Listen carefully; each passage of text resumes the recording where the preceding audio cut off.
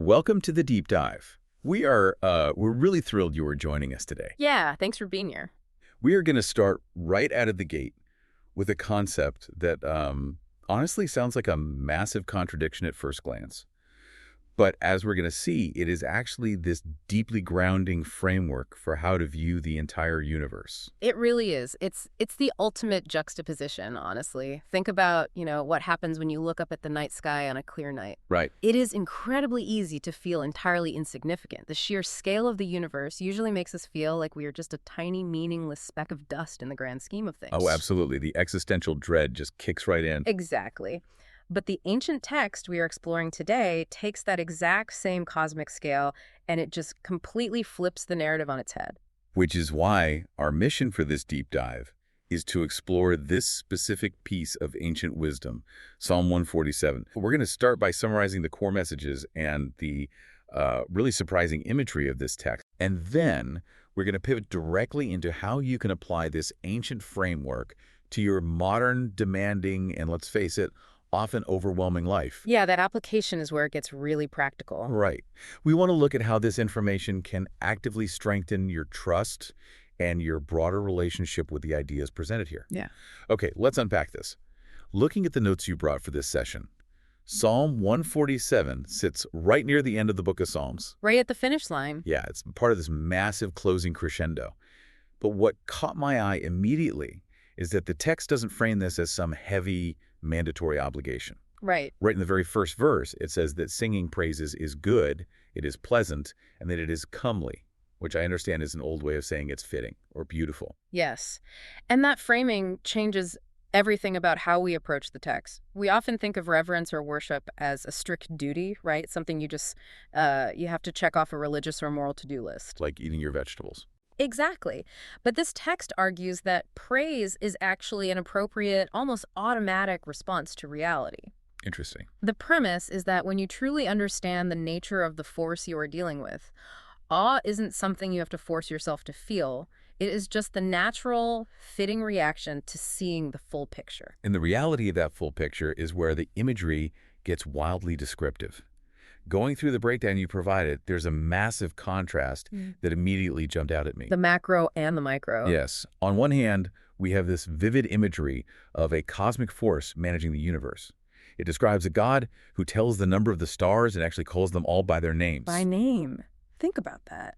The sheer data processing power of that is terrifying. I mean, billions of galaxies. Trillions of stars. Right. But then right next to it, the text talks about binding up wounds and healing the brokenhearted. How do those two extremes even fit together in the same thought? What's fascinating here is how it recontextualizes strength and compassion.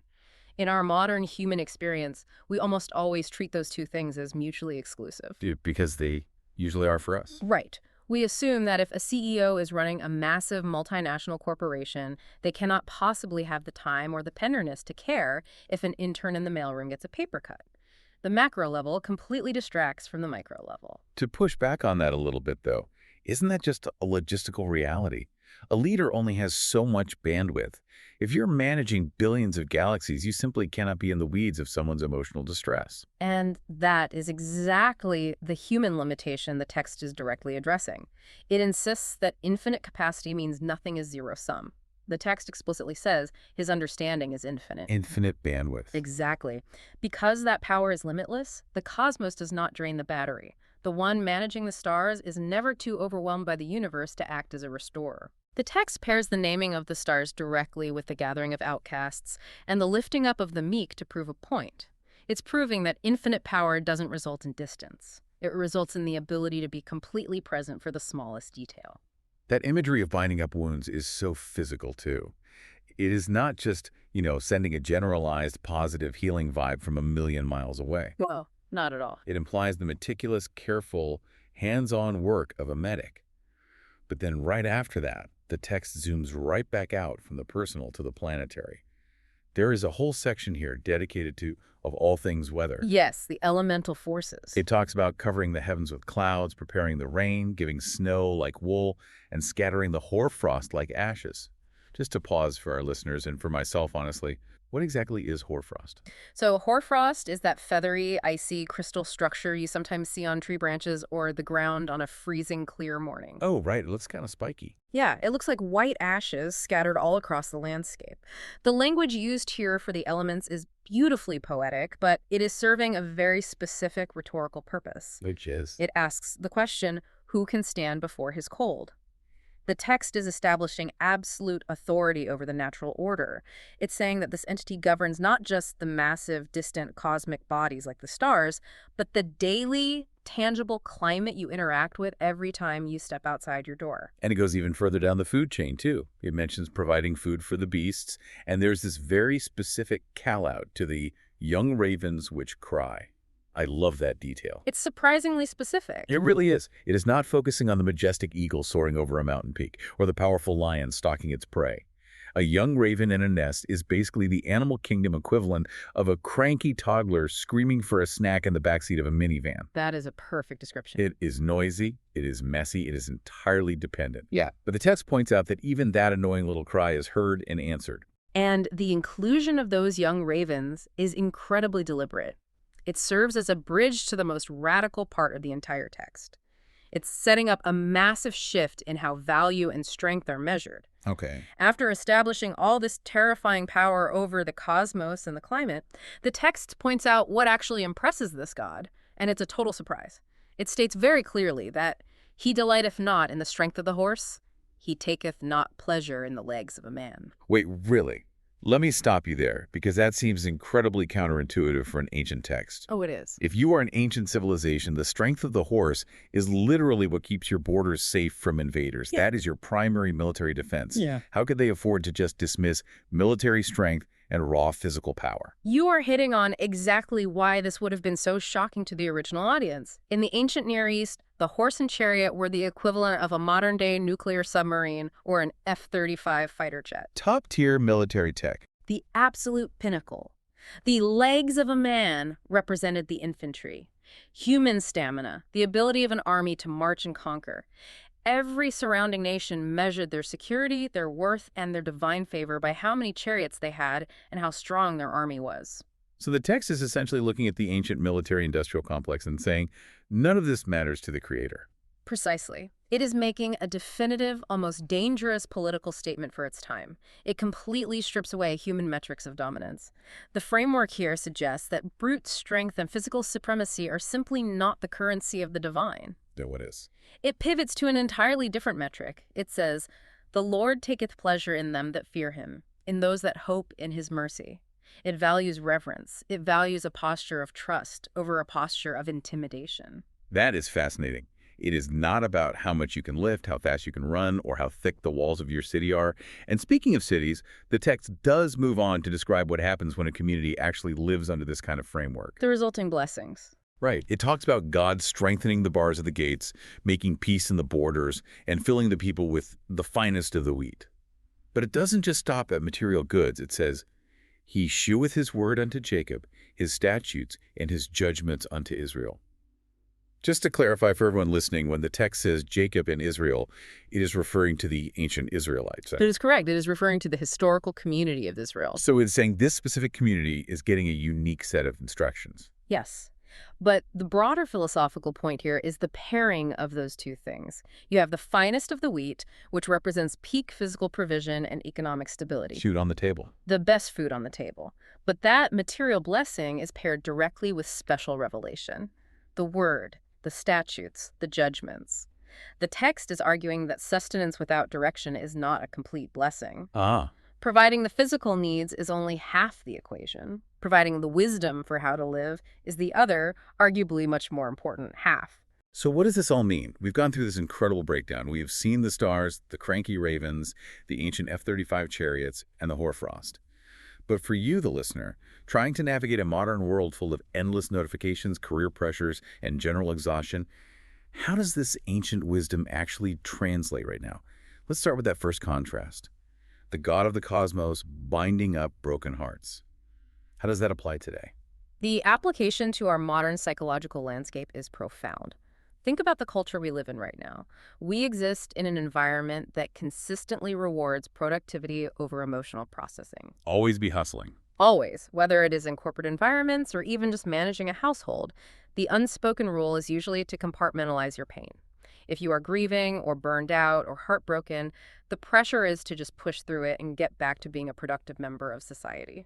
The classic sweep it under the rug to prove how resilient you are mentality.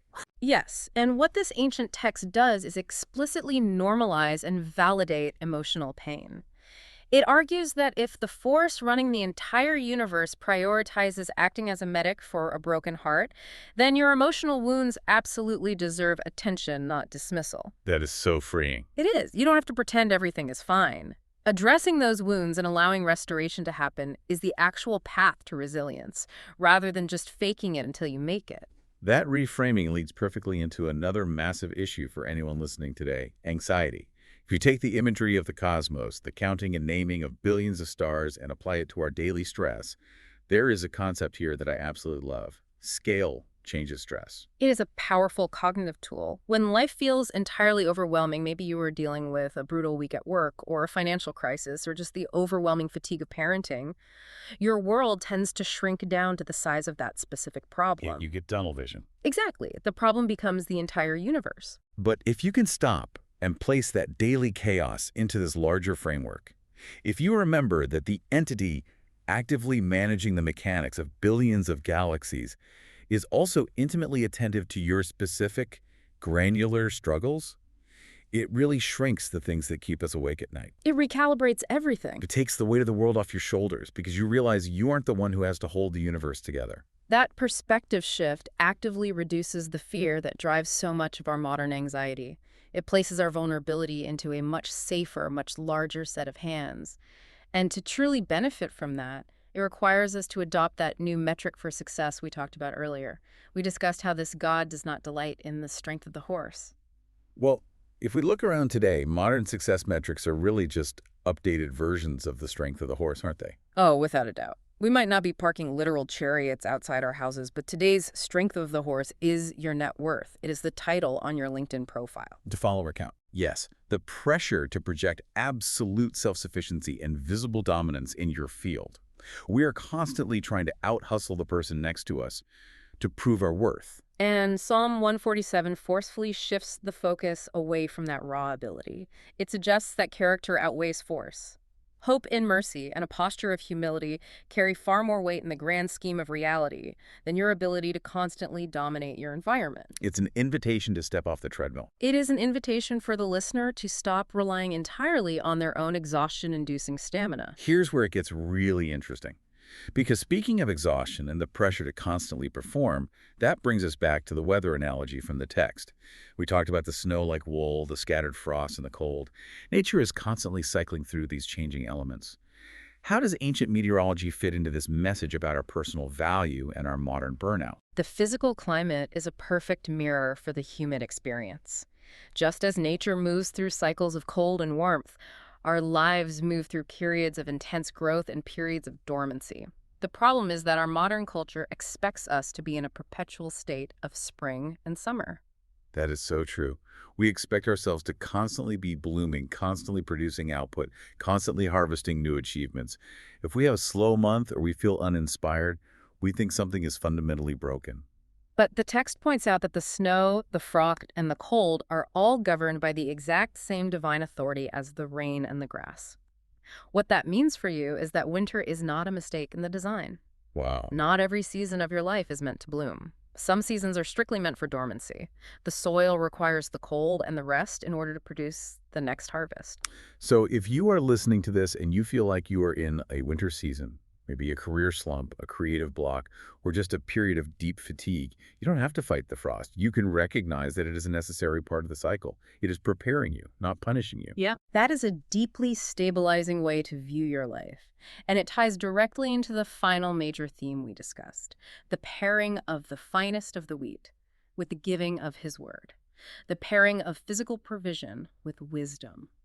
I want to dig into that because in our modern context, we spend an enormous amount of energy seeking provision. We want the finest of the wheat. We want the promotion, the financial security, the comfortable house. But you mentioned earlier that provision without direction isn't a full blessing. To use a modern analogy, it's kind of like winning the lottery without having any financial literacy, right? That is a perfect analogy. We have all seen the stories of lottery winners whose lives are completely destroyed by the sudden influx of resources because they lacked the wisdom to manage it. Material provision without a guiding framework ultimately leads to chaos. It just amplifies whatever dysfunction is already there. Precisely. You can have all the wheat in the world, but if you don't know what your purpose is or how to treat the people around you, that wheat doesn't bring peace to your borders. It usually just brings more complicated anxiety. That raises a really challenging question for anyone trying to navigate their goals. It forces you to look at your ambitions and ask, am I seeking guidance and wisdom as intentionally as I am seeking a paycheck? Am I just as desperate for the character to handle success as I am for the success itself? If we connect this to the bigger picture, the entire framework of Psalm 147 is designed to realign our perspective with what actually matters. First, it tells us that praise and gratitude are the fitting, natural response to seeing reality clearly. Second, it assures us that healing is deeply possible because the force managing the cosmos cares intimately about your emotional wounds. And third, it reminds us that infinite power is perfectly compatible with tender personal care. For anyone looking to deepen their trust or strengthen their relationship with God, this text offers a completely different paradigm. It tells you that you don't have to impress the Creator with your raw physical ability, your resume, or your modern chariots. You are invited into a relationship based on reverence and hope in mercy. It means you can look up at the stars, recognize the terrifying scale of the universe, and know that the exact same authority is actively holding your life together. That is the ultimate comfort this text offers. The strength you are relying on is steady, and the mercy you are hoping in is remarkably near. It changes how we view our vulnerabilities. When we stop relying on our own fragile strength and start trusting entirely in the one who names the stars, it removes the heavy burden of having to be the master of our own universe. It is a perspective shift that changes absolutely everything about how you walk through your day, how you view your difficult seasons, and how you value your own emotional well-being. So we leave you with this final thought. How will you apply this information in your life?